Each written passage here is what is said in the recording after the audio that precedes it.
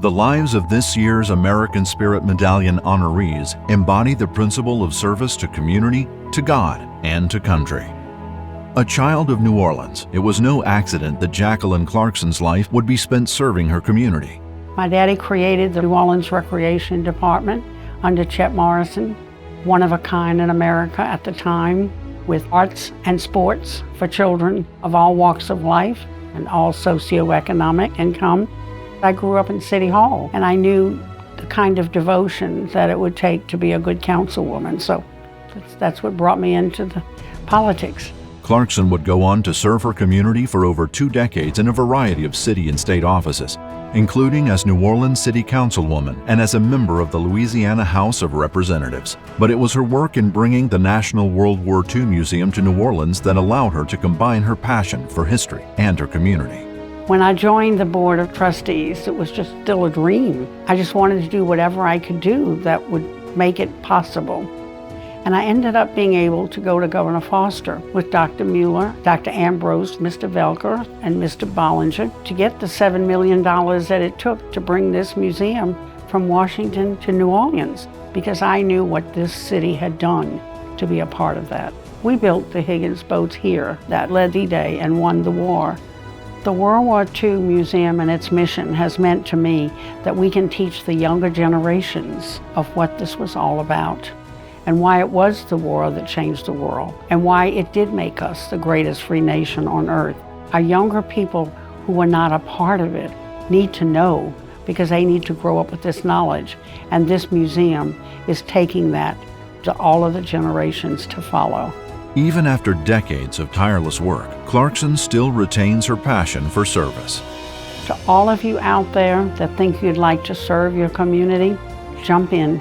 There's room for everybody. Come on aboard and see how wonderful it is. Dr. Carol Rittner was called to a life of service and faith in the same moment. The 1960s, it was a time when Kennedy really, in my view, he challenged to be of service. You know, ask not what your country can do for you, but what you can do for your country. Kind of touched something in me that also the Sisters of Mercy touched, because they also were very service-oriented. Love one another, do unto others as you would have them do to you. That's really what attracted me to the Sisters of Mercy. As a deeply devout nun, Dr. Rittner was troubled by what she saw as Christian complicity in the Holocaust. I think World War II and the Holocaust showed how Christianity could be distorted to encourage a dictatorial, brutal leader like Hitler to do some of the things that he was doing. What happened to love one another? Dr. Rittner spent decades exploring the intersection of Christianity and the Holocaust and would go on to become an accomplished author of numerous books, as well as an Academy Award-nominated filmmaker. But it was her work as a college professor where she finds her true value.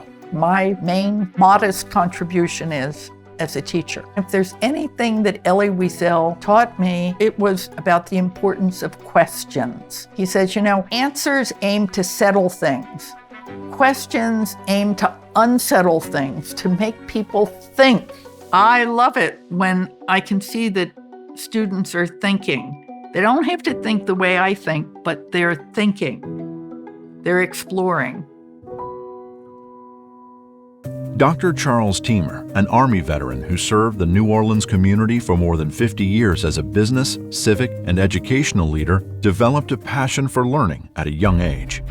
I grew up in Shelby, North Carolina. I had an opportunity as the youngest of 9 to learn to read, and reading became my passion.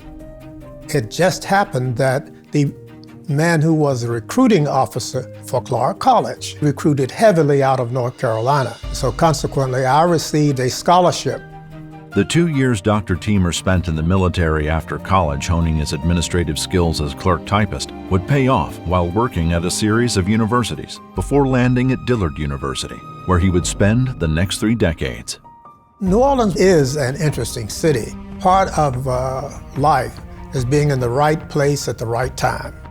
And I think that because I had majored in business administration in college, being able to understand finance placed me in an opportunity to utilize my skills.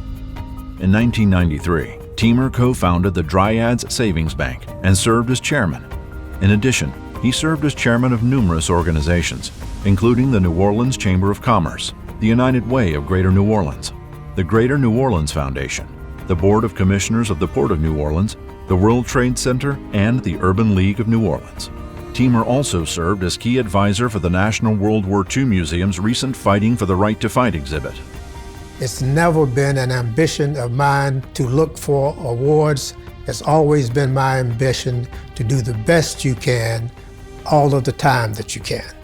Tonight's honorees, the Honorable Jacqueline Brechtel Clarkson, Dr. Carol Rittner, and Dr. Charles Teamer, have all lived lives of giving and service that truly embody the values that the American Spirit Medallion represents.